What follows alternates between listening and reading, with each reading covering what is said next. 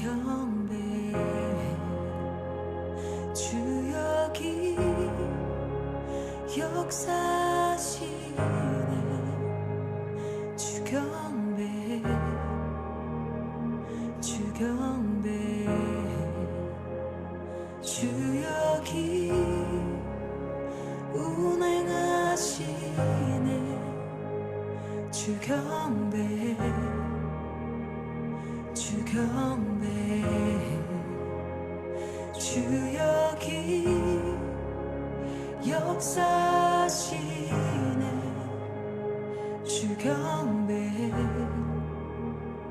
주경배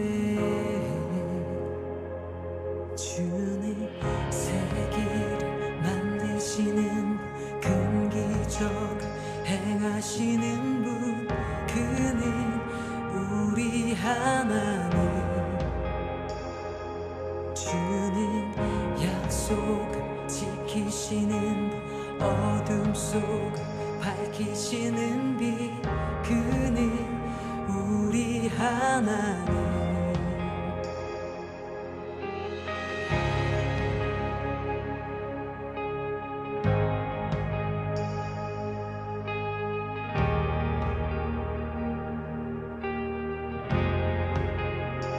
주리 맘 만지네 주경배 주경배 주리 치유하시네 주경배 주경배 주리 새롭게 하네 주경배 주경배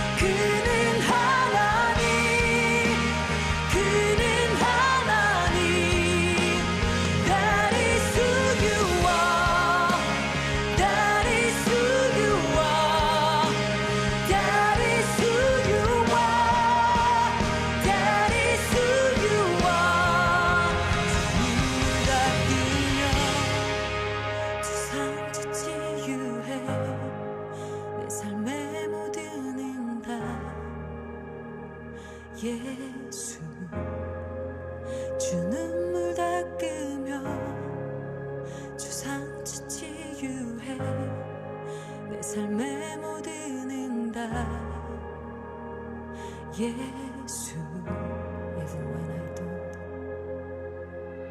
Even when I don't see it you're working Even when I don't feel it you're working You never stop working You never stop working Even when I don't see it you're working Even when I don't feel it you're working You never stop working You never stop 주의 일하심 볼 수 없어도 주의 일하심 알 수 없어도 주는 결코 멈추지 않네 주는 결코 멈추지 않네 주의 일하심 볼 수 없어도 주의 일하심 알 수 없어도 주는 결코 멈추지 않네 주는 결코 멈추지 않네 주의 일하심 볼 수 없어도 주의 일하심 알 수 없어도 주는 결코 멈추지 않네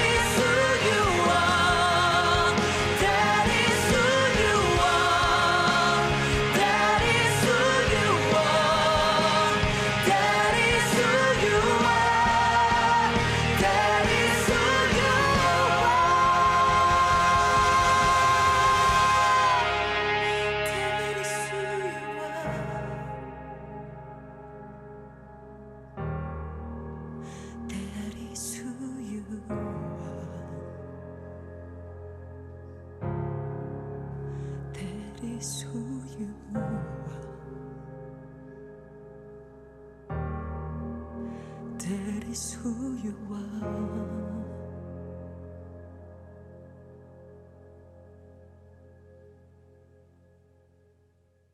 갈라디아서 3장, 갈라디아 3장 23절부터 29절까지 말씀, 갈라디아 3장 23절부터 29절까지 말씀 읽어요. 믿음이 오기 전에 우리는 율법 아래에 매인 바 되고 계시될 믿음의 때까지 갇혔느니라. 이같이 율법이 우리를 그리스도께로 인도하는 초등교사가 되어 우리로 하여금 믿음으로 말미암아 의롭다함을 얻게 하려 함이라. 믿음이 온 후로는 우리가 초등교사 아래에 있지 아니하도다. 너희가 다 믿음으로 말미암아 그리스도 예수 안에서 하나님의 아들이 되었으니 누구든지 그리스도와 합하기 위하여 침례를 받은 자는 그리스도로 옷 입었느니라. 너희는 유대인이나 헬라인이나 종이나 자유인이나 남자나 여자나 다 그리스도 예수 안에서 하나이니라. 너희가 그리스도의 것이면 또 아브라함의 자손이요 약속대로 유업을 이을 자니라. 아멘. 갈라디아 3장 우리 23절부터 29절까지의 말씀, 24절에 보면 율법이 그리스도에게 인도하는 몽학선생, 그러니까 옛날 성경에는 몽학선생이라 되어 있고 지금 여기 성경에는 초등교사다 이렇게 되어 있습니다. 그러니까 율법 자체가 나쁜 것이 아니라 우리를 그리스도에게 인도하는 선생님이라는 얘기예요. 그 율법이. 갈라디아 3장을 우리 봤으니까 3장에 19절을 봐봐요. 19절에 그런즉 율법은 뭐냐? 율법은 뭐냐? 범법함으로 더하여진 것이라 천사들을 통하여 한 중보자의 손으로 베푸신 것인데 약속하신 자손이 오시기까지 있을 거다. 율법이라는 건 그리스도가 약속하신 그 자손이, 그 씨가 너희에게 들어올 때까지 필요한 게 율법이라는 거예요. 여러분 안에 그리스도라는 씨가 들어오면 율법이 이제 완성된 거고요. 그것이 오기, 이제 그리스도의 씨가 아직 안 오면 율법이 절대적이라는 얘기예요. 그 전에는. 그러니까 계속 율법을 받아야 된다는 거죠. 왜냐면 그 씨가 들어올 때까지는, 씨가 들어오면 그다음부터는 율법이라는 것이 완성이 된 거지, 율법을 사라지게 하는 게 아니라고. 이게 완성이 돼서 예수가 이걸 완성시켜서 내 속에서 하나, 완성이 됐단 말이에요. 하나가 되었다. 이런 의미예요. 12절에 보면, 3장 12절에 보면 율법은 믿음에서 난 것이 아니죠. 왜냐하면 예수님 오시기 전에 있는 거니까. 예수님 오시기 전에 있는 거니까 믿음은 율법에 의한 것이 아니고 율법을 행하는 자는 그 가운데서 살리라. 그러니까 율법을 행하려면 율법 안에서 살아야 되는 거예요. 근데 예수님이 오시고 나면 예수님 안에 살아야 되겠죠. 그럼 예수님 안에 산다는 게 뭐야? 율법으로 사는 거예요? 믿음으로 사는 거예요? 믿음으로 살아야 되는 거지. 믿음으로 사는 사람은 율법이 지나간 거죠. 끝난 거지. 근데 율법 안에서 너희가 만약에 율법에서 그대로 살려고 그런다면 그럼 아직 믿음이 안 온 거고, 그러면 율법 안에서 사는 사람은 계속 율법 안에서만 살아야 된다는 것을 얘기하는 거죠. 그렇죠? 율법과 믿음에 대한 이야기를 지금 잘 설명해 주고 있는 내용들이죠. 히브리서 10장 1절에 보면 이렇게 되어 있어요. 히브리서 10장 1절에 보면 율법은 장차 올 좋은 일의 그림자일 뿐이요 참 형상이 아니므로 해마다 늘 드리는 같은 제사로는 나아오는 자들을 언제나 온전하게 할 수 없느니라. 왜? 이건 좋은 일이 오기 전에 그림자란 말이에요. 그림자는 완전한 게 아닌 거죠. 그래서 그것으로는 온전하게 할 수가 없다. 그러니까 완전케 할 수가 없다. 온전하게 만들 수가 없다는 거죠. 왜냐하면 그림자니까 실체가 와야 온전해지죠. 실체가 와야 완전해지게 만든다는 얘기입니다. 자, 고린도전서 15장 56절을 봐봐요. 56절. 사망에 쏘는 것은 죄요. 사망은 쏘는 게 죄라는 거야. 그리고 죄의 권능이 뭐예요? 율법이래요. 그러니까 죄를 죄되게 만드는, 그것을 재판할 수 있는 능력, 그 권능을 가진 게 뭐냐? 이게 율법이라는 거예요. 그러니까 율법과 은혜, 요거를 잘 구분해내지 않으면 성경을 이해하지 못한다 그랬죠. 성경을 이해해야지 우리가 성경을 보는 거. 성경은 평생 동안 우리가 배워야 할 일이고, 성경은 평생 읽어야 되는 일이고, 성경은 평생 들어야 할 일인데, 이건 이 말씀을 우리가 이해를 못하면 이게 뭐 성경이 다 어떻게, 성경은 전체가 다 그런 식으로 되어 있는데 이걸 이해 못하면 어떻게 하나 이거예요. 자, 그래서 로마서 5장도 한번 읽어봐요. 로마서 5장 20절 말씀. 로마서 5장 20절 말씀. 율법이 들어온 것은 범죄를 더하게 하려 함이라. 그러나 죄가 더한 곳에 은혜가 더욱 넘쳤나니. 율법으로 죄를 막 드러나게 해서 죄를 발견하도록 하는 거예요. 그러면 은혜가 필요하잖아. 그럼 더 많이 죄가 발견될수록 은혜를 더 구하게 되겠죠. 그런 거예요. 13절에 로마서 5장 13절 보면 죄가 율법 있기 전에도 세상에 있었으나 율법이 없었을 때는 죄를 죄로 여기지 아니했다는 거예요. 죄가 있었는데 율법이 안 오니까 율법이 죄를 정하기 전에는 죄를 죄로 여기지 않은 거죠. 무법한 거지. 무법한 시대에 그냥 사는 거죠.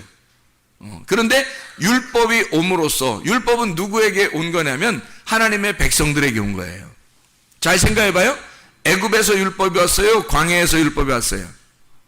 광야에서 율법이 왔지. 그러면 애굽에서 탈출시켜서 구원해가지고 6월절 어린 양의 피로 구원해서 광야로 데리고 나온 사람들이 그 사람들에게 법을 준 거죠. 애굽에서는 무법한 시대란 말이야. 법이 없었어요. 그런데 광야로 데리고 나와서 드디어 자기 백성이라고 인정하는 자들에게 법을 주기 시작했단 말이에요. 그게 율법이에요. 그러니까 율법이라고 하는 건 나쁜 게 아닌 거야. 하나님 자기 백성에게 주신 법이에요. 한마디로 하나님의 울타리인 거죠. 하나님의 울타리를 쳐버린 거죠. 그 안에서 있으라고.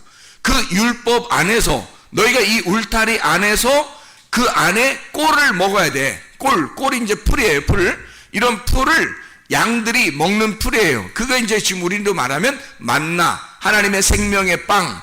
그게 우리에게는 말씀이란 말이에요. 울타리 안에 있는, 울타리가 뭐라고요? 하나님의 울타리를, 율법을 주심으로써 그 율법 안에 말씀을 심어놨다는 거죠. 그 말씀을 우리가 먹고 자유하게 하도록, 그 진리의 말씀을 먹고 자유하게 하도록 울타리를 쳐놓은 거예요. 이렇게. 그러니까 그 울타리를 언제 쳤냐면 율법이라는 걸 줄 때 친 거니까 광야에서 친 거예요. 그러니까 애굽에서는 율법이라는 이 울타리가 있었어요? 없었어요? 없었어요. 그러니까 무법한 시대에 사람들이 자기가 자기 원하는 대로 살았단 말이에요. 그게 방임한 거, 방종한 거죠. 사람들이 진정한 자유가 아니라, 울타리 안에서의 풀을 먹는 자유가 아니라 방종한 거예요. 또 자녀들을 키울 때 부모가 방임하는 거예요. 그냥 내비둬버리는 거야. 이게 울타리를 쳐줘야 되는데 그게 무슨 자유인 줄 알았던 거예요. 자유가 아니에요. 그건 애굽에 있었던 방임이라는 거예요. 방임의 수준이에요. 방종의 수준. 그거는 애굽의 삶이란 말이에요. 율법의 삶, 광야의 삶은 반드시 울타리를 쳐주는 겁니다. 울타리가 율법이에요. 부모가 율법이고 목사가 교회에 여러분이 오게 되면 목사가 율법인 거예요. 그래서 여러분을 울타리를 쳐서 꼼짝 못하게 만들어 놓은 겁니다. 왜냐하면 여러분이 방종해서도 안 되고 제가 방임해서도 안 되는 거니까. 부모가 자녀를 방임해서도 안 되고 자녀들이 부모 앞에서 방종해서도 안 되는 거니까 부모라는 울타리를 쳐주는 거예요. 그리고 목사라는 울타리를 쳐주는 거예요. 이게 율법적인 거란 말이에요. 이 율법 안에서 은혜를 발견하여 생명을 얻는 거라. 우리가 이게 창세기로 말하면 창세기 6장에 8절, 노아가 하나님 안에서 은혜를 발견했더라. 은혜가 있더라. 그러니까 노아만 은혜를 받았더라. 어떻게? 노아가 어디서 은혜를 받았더라? 6장 8절에 노아는 뭐에게? 여호와께 은혜를 입었더라. 여호와 안에서 주님 안에서 은혜를 발견했더라는 거예요. 그 말은 이 여호와라는 게 뭐예요? 하나님의 백성들에게 하나님이 절대 권력을 가진 거란 말이에요. 그 여호와라는 율법, 그 율법 안에서 은혜를 발견한 사람이 되었다 이거야. 노아가 유일하게 율법 안에서 여호와의 눈, 율법이라고 하는 건 여호와의 눈이에요. 하나님의 눈, 불꽃 같은 하나님의 눈. 자, 가정에서 부모가 자녀에게는 부모가 불꽃 같은 눈이라고요.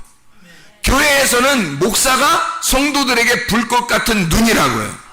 이게 율법이란 말입니다.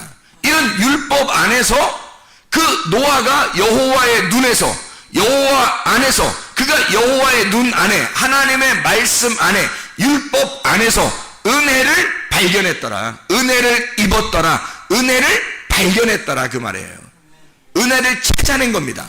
율법 안에서 은혜를 드디어 찾아냈더라 그 말이에요. 그러니까 여러분과 저는 율법이라고 하는 것이 나쁜 게 아니라 율법 안에서 은혜를 발견하도록 하나님이 믿음이 오기까지 율법을 먼저 주는 거예요 우리한테. 왜?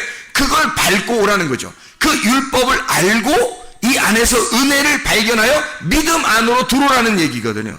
근데 사람들이 율법을 모르니까 믿음 안으로 들어오는 게 뭔지를 모르는 거예요. 율법을 모르니까. 그러니까 율법이라는 어마어마한 성경책을 우리에게 주셨단 말이에요. 근데 이 성경책, 어마어마한 성경책을 모르니까 율법을 발견을 못한 거예요. 그러니까 율법을 발견을 못하니까, 율법을 모르니까 은혜가 발견이 안 되는 거예요. 이 어마어마한 율법책을, 이런 이 성경책을 모르는 거예요 사람들이. 그러니까 은혜가 발견이 안 돼 이 속에서. 성경을 모르니까. 그래서 우리는 성경을 알아. 왜 알아야 되냐면 성경을 알아서 그 안에서 은혜, 나에게 직접적으로 생명이 되시는 은혜를 만나야 된단 말이에요. 그래서 율법이 필요한 거예요 여러분에게. 이 교회당이 왜 필요한 거냐면 틈만 나면 교회당에 와서 아침 저녁으로 우리가 말씀을 나누고 기도하는 이유가 이 율법 안에서 내가 은혜를 발견해야 된다는 거죠. 그래야 내가 생명을 얻으니까, 내가 그 은혜를 받아야 노아 홍수같이 그런 어마어마한 멸망이 와도 내가 그리스도의 구원을 받을 수가 있으니까, 그의 심판이 올 때 나를 구원하는 것이 내게 올 거니까. 그거예요 바로 주님의 은혜가. 자, 성경이라고 하는 건, 율법이라고 하는 게요 굉장히 필요한 건데, 왜 필요하냐면 율법이라고 하는 건 성경에서 율법과 은혜 이렇게 말하죠. 율법과 은혜. 그러면 율법이 왜 굉장히 필요하냐면요, 은혜는 뭐를 설명하려고 하는 거냐면 옷을 입혀주는 걸 은혜라 그래요. 옷 입혀주는 거. 그러면 율법은 뭐겠어? 은혜는 옷을 입혀주는 게 은혜라고 하면, 그러면 율법은 뭐겠냐고? 옷을 벗기는 거야. 옷을 벗기고 은혜로 옷을 입혀주는 거예요. 그래서 그리스도가 우리를 옷을 벗긴다는 말이 없는 거야. 그리스도가 오면 항상 우리를 빛의 갑옷을 입혀준다, 전신갑주를 입어라, 너희가 세마포를 입을 것이다. 항상 그리스도가 오면 우리를 입혀준다는 말이 나오는 거예요. 그런데 구약에서는 그렇지 않아요. 구약에서는 옷을 벗겨버린다고. 그게 창세기에서 누가 옷이 벗겨졌죠? 창세기에서 아담과 하와가 원래 옷이 벗겨 있었어요. 그런데 부끄러운 줄 몰랐어. 뭘 먹고서 부끄러운 줄 알았어요? 선악과 먹고서 부끄러운 줄 알았어요. 그러니까 우리는 에휴 저 사람들이 선악과 먹었으니까 부끄러워서, 아이고 선악과 먹으니까 죄인이야. 아니, 벗겨놨다는 얘기는 뭘 얘기하는 거예요? 벗겨놨다는 얘기는, 옷을 벗겨놨다는 얘기는 뭘 얘기하는 거냐면 부끄러움을 얘기하는 거예요. 원래 성경에서 옷을 벗었다는 얘기는 부끄러움을 얘기하는 거예요. 수치스러움을 얘기하는 거예요. 그러면 하나님은 우리에게 입혀주시는 분이지 벗기시는 분이 아니라는 거죠. 그들이 옷을 벗고 있었으나 하나님이 벗겨주셨더라 이런 얘기가 아니잖아요. 잘 성경 창세기를 읽어보라고 3장에. 그죠? 그 사람들이 옷을 창세기 2장하고 3장에 이 사람들의 하나님이 이 사람들의 옷을 벗겨놓았더라 이런 말이 있어요? 잘 생각해요. 창세기 2장 제가 읽어볼게요. 25절에 아담과 그의 아내 두 사람이 벌거벗었으나 부끄러워하지 아니하니라 이렇게 돼 있어요. 하나님이 옷을 벗겨줬더라는 얘기가 아니야. 이게 잘 생각해봐요. 하나님이 아담과 하와 두 사람의 옷을 벗겼더라 이렇게 말 안 했잖아요. 그렇죠? 옷을 벗었다는 말이 여기 지금 처음 나오는 거거든요. 옷을 벗었다는 말이 여기 지금 처음 나와요. 창세기 2장 25절에 처음 나와요. 그 부끄러움을, 옷을 벗은 부끄러움을 창세기 3장에서 설명하려고 한 거예요. 창세기 3장에서 그거를 네가 옷을 벗고 있는 건 부끄러운 일이다라는 걸 알려주는 게 3장인 거죠. 그렇죠? 그리고 나서 가죽 옷을 입혀주는 것도 3장이에요. 그러니까 옷을 벗기는 것이 죄를 드러내는 거고요. 죄인이라는 걸 드러내는 거예요. 벌거벗었다. 이게 죄를 드러내는 거란 말이에요.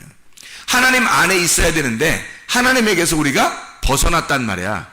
벗어나서 만들어줬으니까 이건 벗은 거지. 옷을 벗은 거지. 그래서 죄인이라는 걸 설명하는 거야. 이건 넌 부끄러운 거야. 앞으로 옷을 입어야 되는 거다. 이걸 얘기해 주려고 하는 거죠.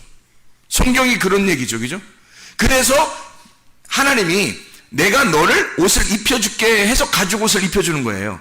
그리고 그것으로 끝나는 게 아니라 이게 가죽 옷이 율법의 옷이라고 했잖아요. 율법으로 오신 주님이 가죽을 벗기셔서 자기의 죽음으로 이것을 덮여주는 거예요. 그리고 우리에게는 뭘 입혀준다고요? 요한계시록에는 세마포 옷을 입혀준다고요. 그러니까 신부의 옷을 입혀준다는 거지. 아니 설마 가죽 옷 입고서 결혼하라고 하겠어?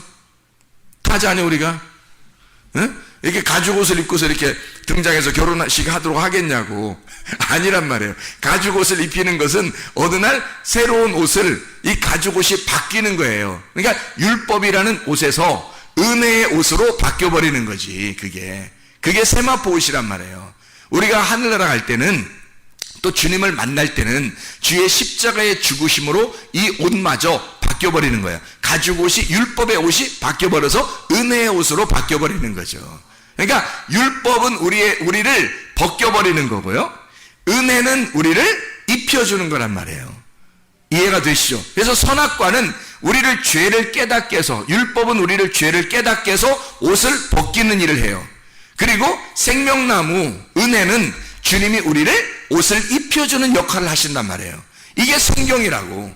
이거 제대로 잘 깨달으면 주님의 은혜가 너무 놀랍죠. 주님의 은혜가 너무 놀라요. 글쎄 제가 너무 놀랍다고 하니까 저게 진짜 놀라운 건가 이러면서 속으로 생각할지 모르지만 전 진짜 놀라워요. 이게 성경이 너무 놀랍다고. 이게 놀라운 책이란 말이에요. 원더풀하다고. 아주 그냥 이 성경이 너무 원더풀해요. 아주 마블러스한, 아주 그냥 너무 놀라워서. 이게 자, 이 성경책에서 우리에게 그 권능, 죄를 이기는 권능을, 율법에서 죄를 지적하는 권능이 율법이에요. 죄를 지적하는 권능, 그게 율법이라면 죄를 지적하는 율법을 이기는 권능이 은혜란 말이에요. 그게 그리스도란 말이에요. 그걸 우리에게 설명해 주고 있는 장면들이라. 그래서 벗기고 그리고 다시 입힌다라는 말. 이사야 20장을 한번 보면요, 이사야 20장에 이런 말이 있어요. 이사야 20장을 여러분이 보고서 그냥 성경을 보면 그렇게 이해가 안 돼. 그러니까 이사야 20장에 1절부터 6절에 보면 이런 말씀들이 있습니다. 자, 2절에 그때 여호와께서 아모스의 아들 이사야에게 말씀하여 이르시되 갈지어다 내 허리에서 배를 끄르고 내 발에서 신을 벗을지니라 하시매 그가 그대로 하여 벗은 몸과 벗은 발로 다니니라. 여호와께서 이르시되 나의 종 이사야가 3년 동안 벗은 몸과 벗은 발로 다니며 애굽과 구스에 대한 징조와 예표가 되었느니라. 이와 같이 애굽의 포로와 구스에 사로잡힌 자가 아수르 왕에게 끌려갈 때 젊은 자나 늙은 자가 다 벗은 몸과 벗은 발로 볼기까지 드러내어 애굽의 수치를 보이리니 부끄러워할 것이라. 그런 말이 나오는 거거든요. 5절에. 자, 그러면 보세요. 이게 딱 3년 동안 벗고 다니래요. 선지자 진짜 못할 노릇이죠. 이게 3년 동안 벗고 다니라요. 그러면 이 벗고 다니는 게 지금 뭐를 설명한다고? 부끄러움과 수치를 알려주려고. 3년 동안이니까 3년이 지나면 뭐 하겠다는 얘기야? 옷 입혀주겠다는 얘기를 하고 싶은 거예요. 주님이 3일 길을 가고 난 다음에 주님이, 그러니까 그 사이에는 다 벗은 거지. 그죠? 3일 길을 다 가기 전에는 다 벗은 거라는 거야. 율법에 의해서 죄인이라는 걸 드러내는 게 광야라고 그랬죠. 애굽에서는 그걸 몰랐단 말이에요. 죄가 있는데도 죄인인 줄 몰랐다고. 광야에서 그 십계명 그리고 율법을 주기 전까지는 몰랐단 말이에요. 율법을 주고 이게 벗은 사람이구나, 내가 벗은 몸이었구나, 내가 어둠이었구나, 내가 선악과를 먹은 자였구나 라는 걸 설명해 주는 거예요. 3년 동안 네가 벗어 있다는 것을 설명하는 거죠. 그리고 3년 지나면 옷을 어떻게 했다는 거야? 입혀주겠다는 얘기예요. 입혀준다는 그 하나님의 마음을 모르고 그냥 요 말만 읽으면 이게 뭐야? 이게 뭔 말이지? 이렇게 된다는 얘기죠. 성경을 잘 이해해야 되겠죠. 그래서 자, 성경은 우리가 이렇게 보면 됩니다. 두 개가 있는데 이 두 개가 나누어져 있는데 이걸 하나로 만드는 거를 성경이라고 보면 돼요. 저녁과 아침인데 저녁을 나누어서 설명하고 이게 땅, 어둠, 나예요. 아침을 하나님, 하늘, 하나님이라고, 말씀이라고요. 그래서 이 어둠과 빛을, 저녁과 아침을 갖다가 연결해서 이걸 하루의 날이다, 이렇게 성경이 되어 있는 게 창세기 1장이죠. 창세기 1장을 설명하는 거예요. 성경은 창세기 1장을 설명하는 거다. 이해가 되겠죠? 자, 그거를 한번 설명을 한번 해볼게요. 마태복음 5장 39절, 마태복음 5장 39절을 보면 이렇게 말씀이 써 있어요. 나는 너희에게 이르노니 악한 자를 대적하지 마라. 누구든지 내 오른편 뺨을 치거든 왼편도 돌려대며, 그랬죠? 아니, 오른편 뺨을 치면 왼편도 돌려대래요. 그래서 사람들이 이거를 어떻게 해석을 하고 생각을 해요. 누가 자기 때리면 한쪽도 더 때려, 이렇게 하면서 나는 예수 믿는 사람이야, 나는 다 용서할 수 있어, 그러니까 때려, 나 때렸지? 이쪽도 때려, 이렇게 하거든요. 성경이 그런 말로 써 있을까? 아니겠죠. 써 있을까? 그러면 아니란 얘기를 하려고 한 거지. 그러니까 이렇게 써 있는 게 아닌 거죠. 자, 보세요. 오른편 뺨을 치거든 할 때 그 오른편 뺨이 이쪽이, 여러분이 볼 때 이쪽이 저기죠. 오른편 뺨을 칠 때 뭘로 때려요? 오른편 뺨을 치려면 뭘로 쳐야 되냐고, 이쪽에서. 왼손으로 쳐야지 오른편 뺨을 치지. 생각해봐요. 또 이렇게 또 거꾸로 이렇게 또 친다고 한다, 또 이렇게. 예? 아니, 오른편 뺨을 치려면 내가 여기 여러분을 오른편 뺨을 치려면 어떻게 해야 되냐고. 여러분이 나를 오른편 뺨 치려면 어떻게 해야 돼? 여기 오른편 뺨 치려면 여기 왼손으로 쳐야지. 오른편 뺨을 이렇게 거꾸로 해서 이렇게 손으로 이렇게 등허리를 손등으로 치냐고. 오른편 뺨을 치려면 왼손으로 쳐야 된단 말이야. 그리고 이러면 오른편 뺨을 쳤으니까 왼쪽도 돌려대야 돼, 안 돌려야 돼? 돌려대는 거야. 돌려대면 이쪽에서 왼편을 돌려대면 왼편은 무슨 손으로 쳐야 돼? 오른손으로 또 딱 쳐야 된다고. 그러면 잘 생각해봐요. 먼저는 무슨 손으로 쳤다고?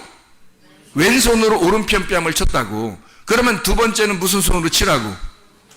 오른손으로 왼편을 치란 얘기예요. 자, 여러분, 오른편 뺨을 맞은 거를 자꾸 생각하지 말라고. 여러분, 괜히 그 응어리지고 괜히 여기서 뒷글 있고 그렇게 하지 말라고.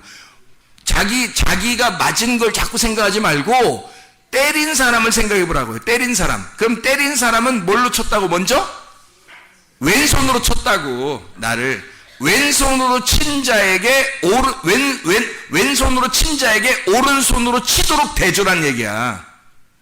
왼손으로 나를 치면 오른손으로 다시 나를 치도록 대조란 얘기잖아. 무슨 말인지 알겠어요? 그러면 왼손과 오른손을 설명하려고 한 거지. 왼손과 오른손. 그러니까 뺨을 얘기하려고 한 게 아니란 말이에요. 여기서 뺨을 얘기하려고 한 게 아니라 때리는 자에게 라는 얘기잖아. 잘 성경을 그러니까 잘 봐. 그러니까 뺨을 맞은 거 자꾸 생각하지 말라니까. 우리 맞은 거를 자꾸 자기 쪽에 자꾸 생각하지 말고 때린 사람을 생각해 보라고. 때린 사람, 누가 때렸나, 어떤 손이 때렸나. 잘 봐요. 자, 39절에 내 오른편 뺨을 치거든. 누군가가 쳤단 얘기야, 그죠? 무슨 손으로? 왼손으로 쳤단 얘기지. 왼손으로 너를 치면 내 왼편도 돌려대서 또 맞으란 얘기야. 그러면 또 무슨 손으로 맞으란 얘기야? 오른손으로 맞으란 얘기지. 왼손으로 맞았으니까 오른손으로 맞으란 얘기지. 왼손과 오른손을 설명하려고 한 거예요. 왼손은 율법을 설명하려고 했던 거고, 율법으로 너를 치면 은혜로 오른손으로 너를 다시 맞도록 해란 얘기야. 율법으로 너를 쳤으니, 율법으로 맞았으니 네가 율법으로 끝나지 말고 다시 이걸 한쪽 편을 또 대서 오른손으로 맞아야 된다는 말이야. 너가 하나님의 왼손으로 맞았으면 네가 하나님의 오른손으로 또 맞아야 된다는 거야. 그래야 구원이 온다는 거지. 네가 왼손으로 너를 옷을 확 벗겨버렸으면 오른손으로 너의 옷을 입혀줘야 된다는 걸 얘기하는 거죠. 이해가 되겠습니까? 그래서 성경에는 속옷과 겉옷이 있는 거예요. 40절 봐봐요. 마태복음 5장 40절 뭐라고 돼 있어요? 또 너를 고발하여 속옷을 가지고자 하는 자가 있단 말이야. 속옷을 가지고자 하는 자가 있대요. 그러면 겉옷까지도 가지게 해라 그래요. 무슨 말이에요? 속옷이 뭐고 겉옷이 뭐야? 잘 생각해봐. 겉옷은 율법이고 속옷은 뭘 또 속옷이 은혜야 또. 잘 생각해봐요. 속옷이 먼저 왔어요? 겉옷이 먼저 왔어요? 속옷이 먼저 왔으니까 속옷 달라고 그러지. 무슨 변태요? 잘 생각해봐요. 속옷이 먼저 왔으니까 속옷을 먼저 달라고 한 거야. 그러면 겉옷까지도 달라고 하게 하라는 거지. 자, 아담과 하와가 선악과 범죄하고 그들이 뭐 만들어 입었어요? 속옷을 입었다니까? 속옷을 만들어 입었다고 그들이. 그러니까 하나님이 뭘 입혀줘요? 겉옷을 입혀줬다니까? 그죠? 그러니까 자, 누군가가 너의 속옷을 달라고 그래. 그러니까 속옷 뺏긴 거 자꾸 생각하지 말라고 여러분. 그거 가지고 지금 뒤끝 생각하지 말고 또 내 옷까지 달라고 그러는 거야. 그러면 사람들이 또 옷 달라고 그러면 또 이것도 주고 저것도 줘야 된다고 생각해서 또 뭐 신발도 벗어주고 옷도 벗어주고 뭐 이러면 진짜 막 하나님의 선한 사람이라고 생각.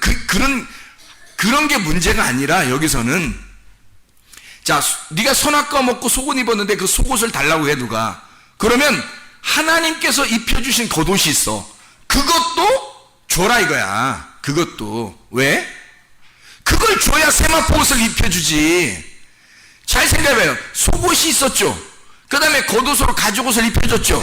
그 다음에 그것 둘 다 줘버리면 하나님께서 어떻게 세마포 옷을 입혀주는 거지. 우리에게 영적인 옷을, 진리의 옷을 입혀주는 거지. 은혜로. 그래서 내가 만들어 입는 옷이 있고 하나님이 주신 율법의 옷이 있고, 그리고 하나님이 그 율법의 옷까지 다 하나님께 드려버리면 그러면 그것을 십자가로 완성하시고 우리에게 세마포 옷을 입혀주는 거죠.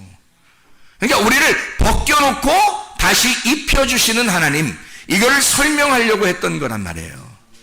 그러니까 내가 뺏긴 거, 뭐 나 뺨 때렸어? 그럼 이쪽도 때려봐, 이런 의미가 아니라 왼손으로 때렸으니 오른손으로 맞아야 된다는 거야.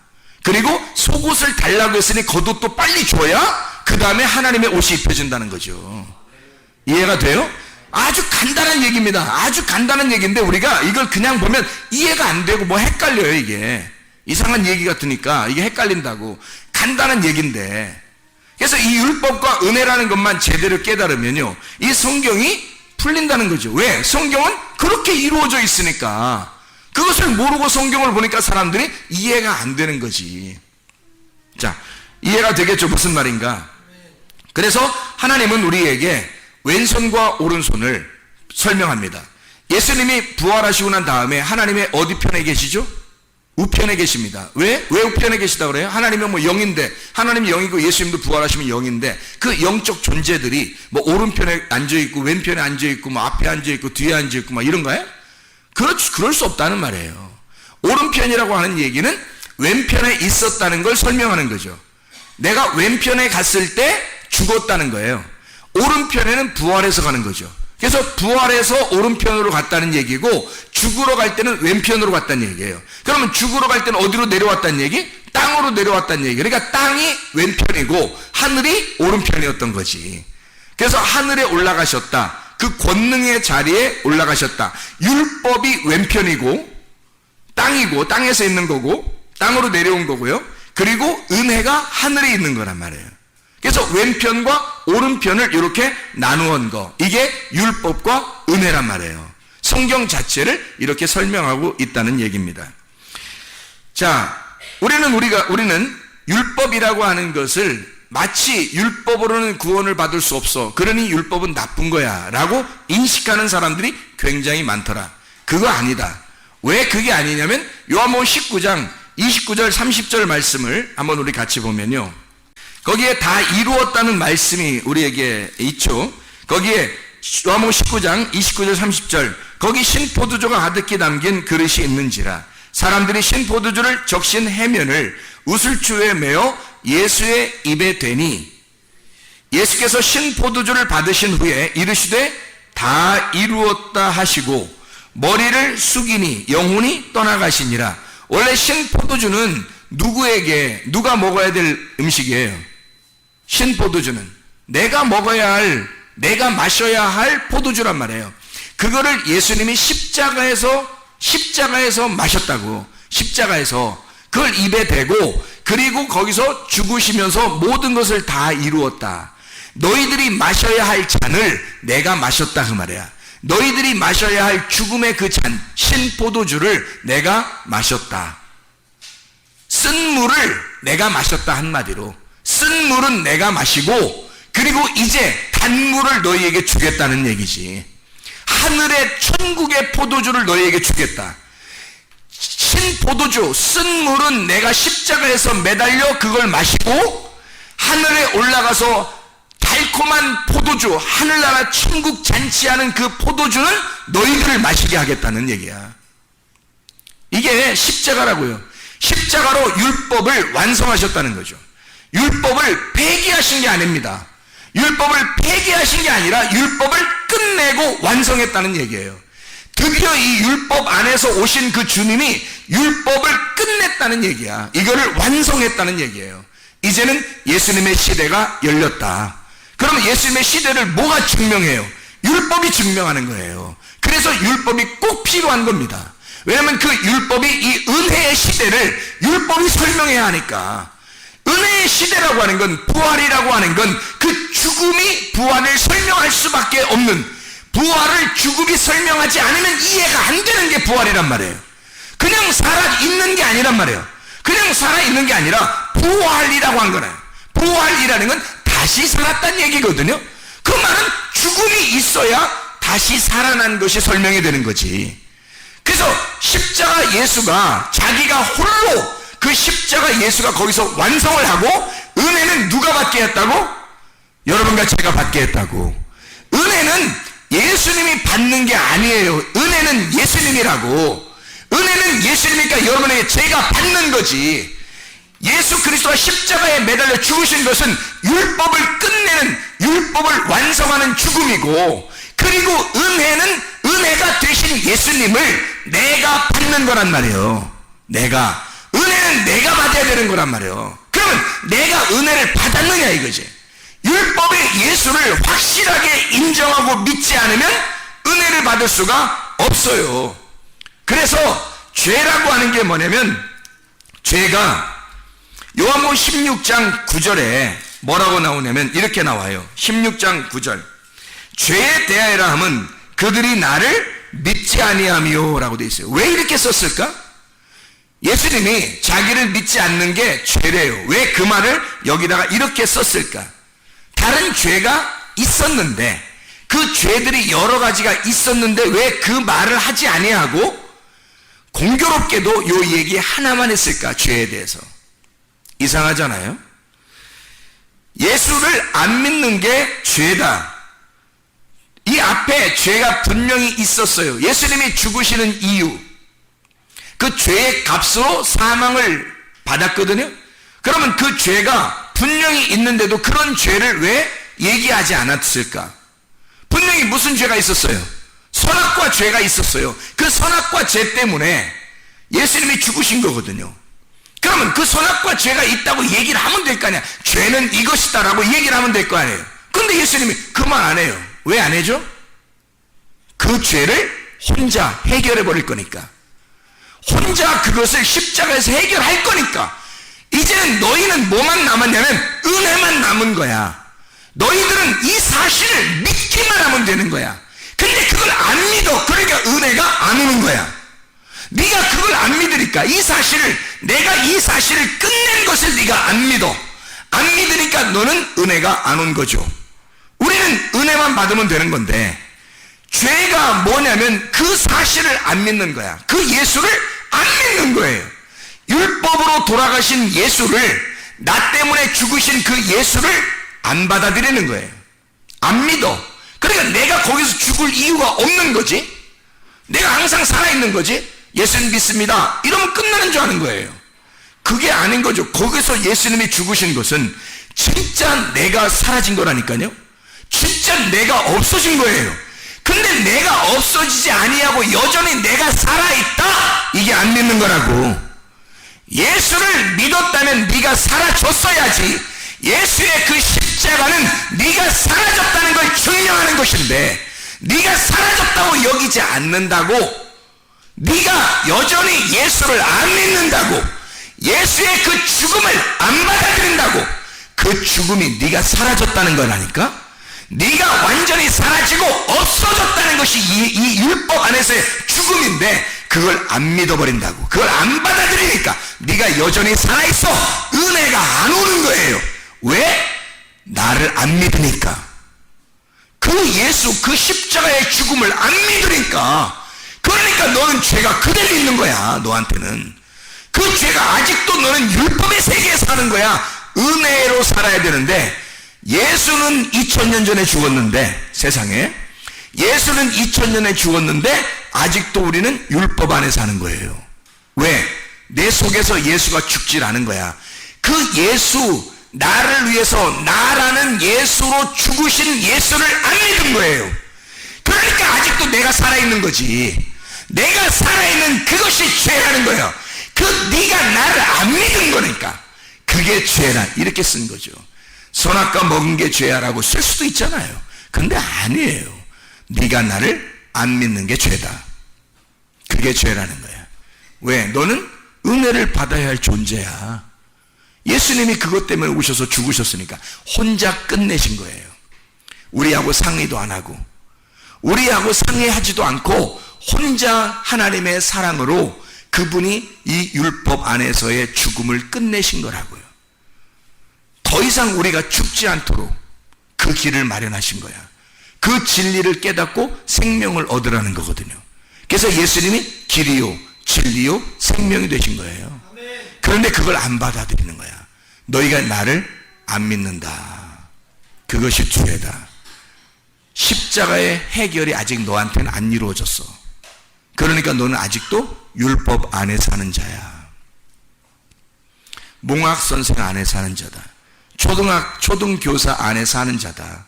율법 안에 사는 자야. 믿음이 오게 되면, 진짜 믿음이 오게 되면, 예수를 네가 정말 믿으면 율법은 완성된 거야. 율법은 지나갔어. 율법은 끝난 거다. 이게 갈라디아서 3장의 말씀입니다.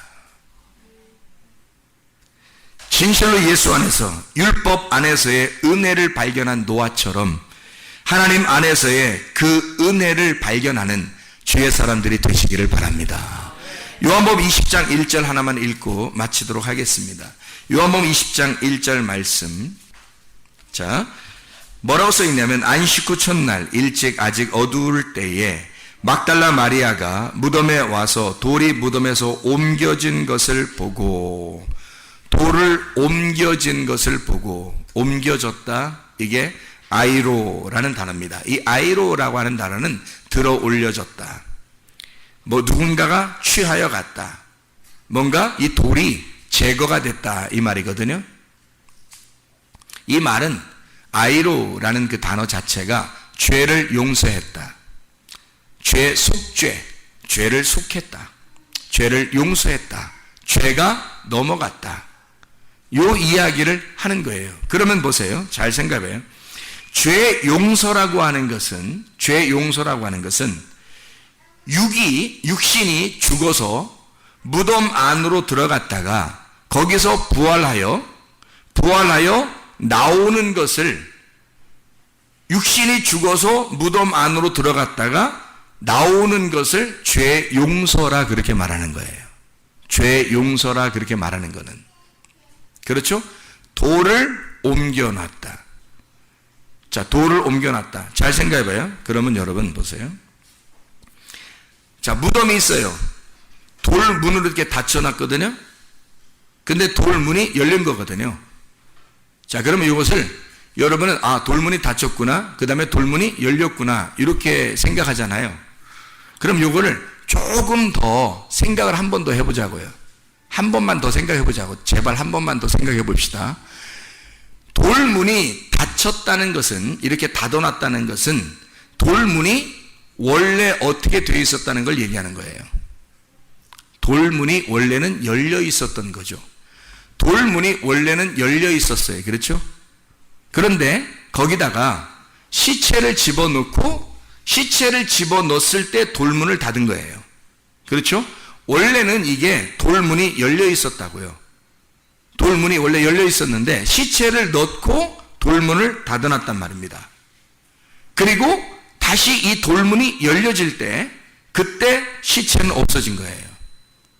부활한 겁니다. 그렇죠? 그러면 원래도 돌문이 열려 있었는데 그 다음에 시체가 들어갈 때만 돌문이 닫힌 거예요. 그렇죠?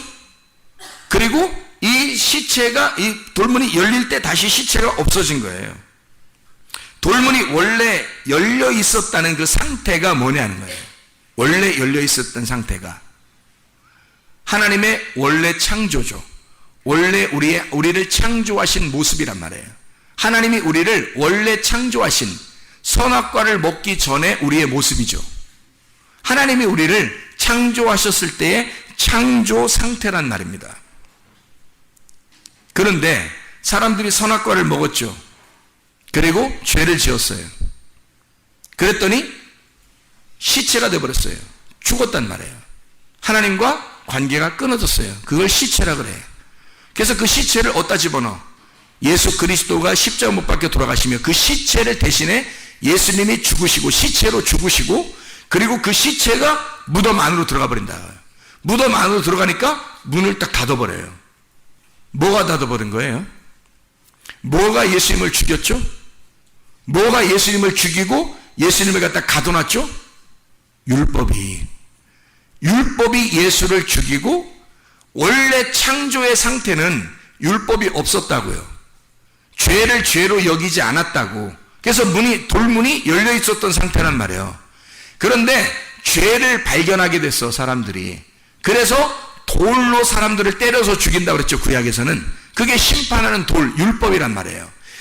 율법이라는 이 돌문으로 사람을 죽여서 그 안으로, 율법으로 사람을 죽여서 문 안으로 들여보내고, 무덤 안으로 들여보내고, 율법의 문을 닫아놨다고요. 그때 부활하시는 그 주님이, 죄로 사망했던 이 주님이, 율법 안에 갇혀있던 이 주님이 여기서 어떻게 해요? 문이 어떻게 됐어? 문이 다시 열려버렸단 말이에요. 다시 문을 열어놨다고. 열어놓고 시체가 사라져버린 거예요. 어떻게 된 거예요, 그러면? 아니, 그러니까 보세요. 처음에는 시체가 들어가기 전에 무덤에 뭐가 있었어요? 없었지. 그러니까 무슨 무덤이라 그래, 그걸? 빈 무덤이라 그래. 빈 무덤이었었는데 그게 원래 상태란 말이에요.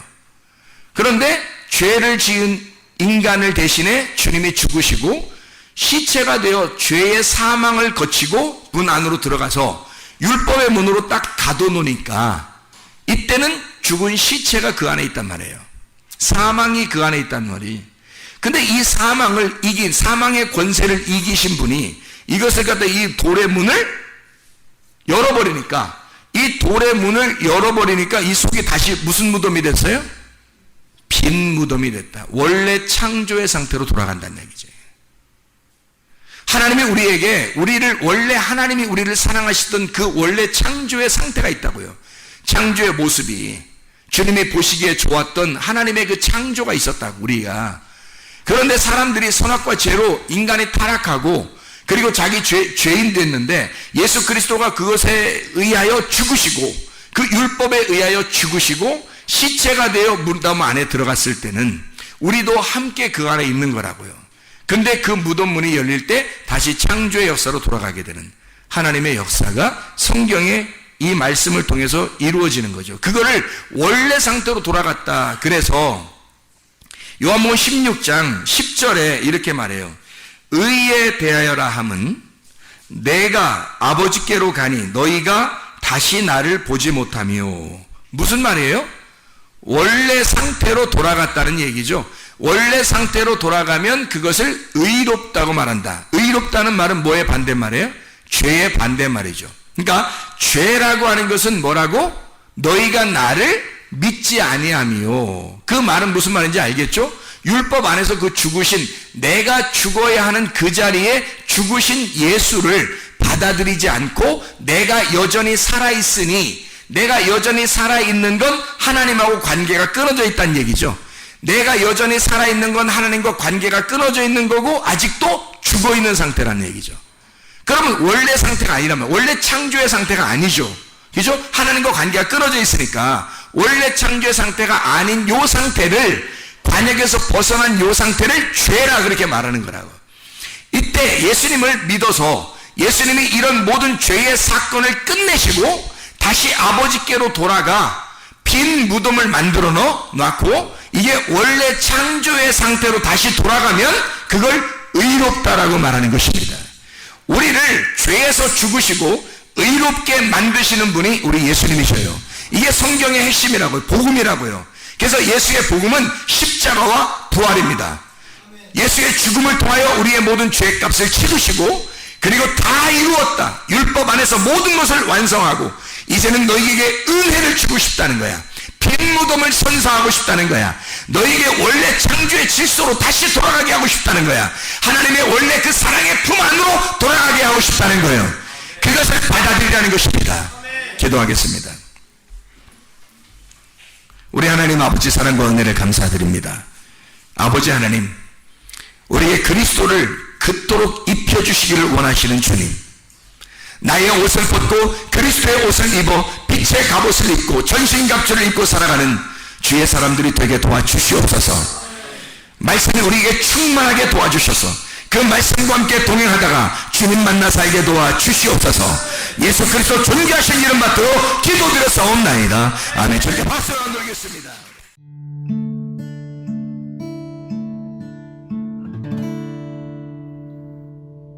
내 속에 내가 너무도 많아서 당신을 쉴 곳 없네. 내 속에 헛된 바램들로 당신을 변할 곳 없네. 내 속에 내가 어쩔 수 없는 어둠, 당신의 쉴 자리를 뺏고